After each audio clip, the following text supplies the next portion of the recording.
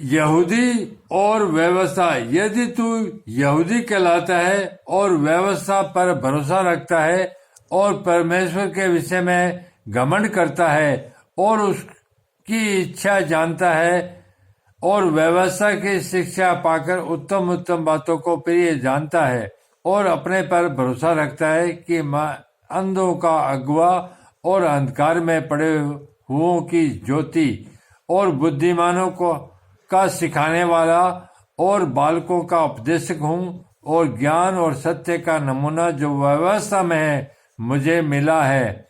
अतः क्या तू दूसरों को सिखाता है, अपने आप को नहीं सिखाता? क्या तू जो चोरी न करने का उपदेश देता है, आप चोरी करता है?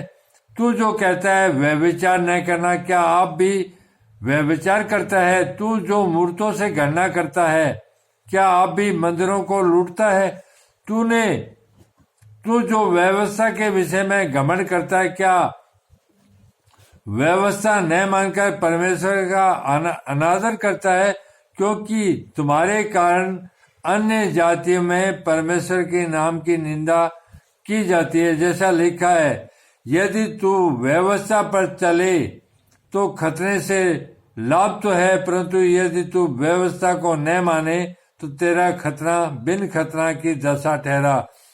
इसलिए खतना रहित मनुष्य व्यवस्था की विधियों को माना करे तो क्या उसकी बिन खतना की दशा खतने के बराबर न गिनी जाएगी? और जो मनुष्य शारीरिक रूप से बिन खतना रहा, यदि वह व्यवस्था को पूरा करे तो क्या तुझे जो लेख पाने और खतना किए जाने पर भी व्यवस्था को माना नहीं करता है, दोषी न ठहराएगा?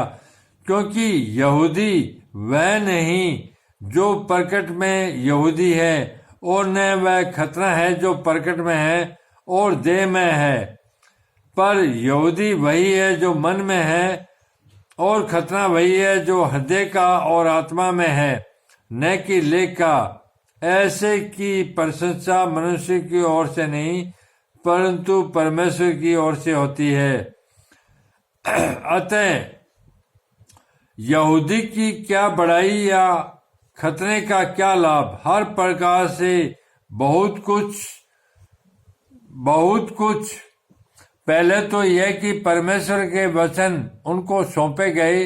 यदि कुछ विश्वासघाती निकले भी तो क्या हुआ?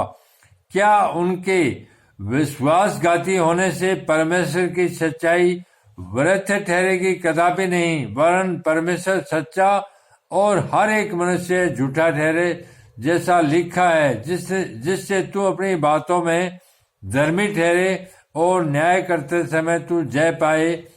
इसलिए यदि हमारा अधर्म परमेश्वर की धार्मिकता ठहरा देता है तो हम क्या कहें?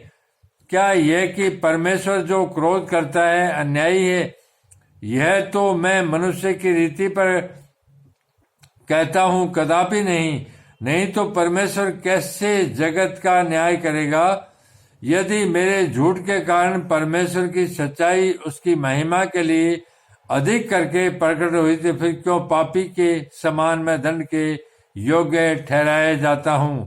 हम क्यों बुराई न करें कि भलाई निकले? जैसा हम पर यही दोष लगाया भी जाता है और कुछ कहते हैं कि इनका यही कहना है, परंतु ऐसों का दोषी ठहराना ठीक है।